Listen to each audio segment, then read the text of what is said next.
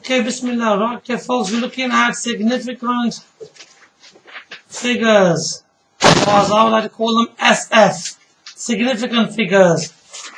Okay, significant figures are different than decimal places in that your first significant figure is your first non-zero digit. So, for example, if I give you now 3.261, which is the first question over here, and I give you this number over here, give you 0.006092.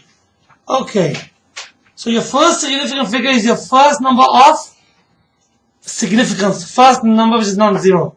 So here my first significant figure is actually in the units place value. First, second, third, that's my fourth SF. Okay, so your first significant figure has actually gone beyond the decimal places side, gone on to the whole number side. Now, where's my first non-zero digit here? And this one, next one. Here? 6. First, second, third, fourth. Because these are all zeros, so they don't count as significant figures as we start the number. But that one does count because that's actually inside the number. Okay, so we identified how do we start. So we always start from the left-hand side. Your first non-zero digit is your first SF. Here we started on the left-hand side, but the first non-zero digit was over here. So that's where we start doing the working out from. Now, let's have a look at some questions. So we need to round off this first question to 3SF and this one to 3SF, to all of them to 3SF. So, okay, let's do it above it. First, second, third. What do we do now? We put a line.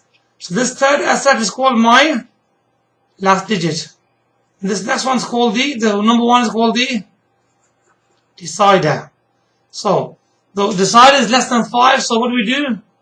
Answer becomes 3.26.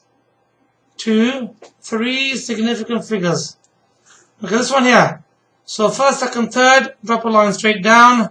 That's my last digit. That's my decider digit, which is the 2. Because it's less than 5, we leave everything alone. We copy everything down. And we don't add anything. And that's my answer according to 3SF. Okay. Right, these next two questions are whole numbers, no decimal points at all. Same technique. What we need to do, look for the first non-zero digit, start from the left. So that's first significant figure, second and third. Drop a line straight down here. That becomes my last digit. That next digit becomes my decider digit. Now, because this is less than 5, what do? We copy down everything and we stop at the last digit. But we have a slight issue. You can't stop at the last digit and just stop there. What do we do with the remaining space? You must fill it with the 0. Okay, we can't have 1,351 rounded off to 135. So you haven't been rounding, you've been doing butchering, you've been cutting the numbers off. Okay, let's look at the next question. So again, we have here now, look at the 3SF. 1, 2, 3SF. Drop a line straight down here. This one's called my last digit.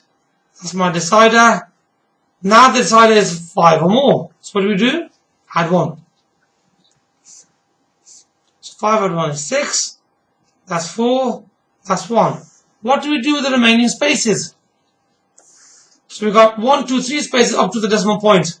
So we fill it up with 3 zeros up to the decimal point. If you had any numbers, say for example, this number had numbers over here as well, you ignore those numbers, they get cut off. So you stop there. And that's the end of the ones of how we do the whole numbers. Okay? Now, I want you to try some of the questions from here. Right.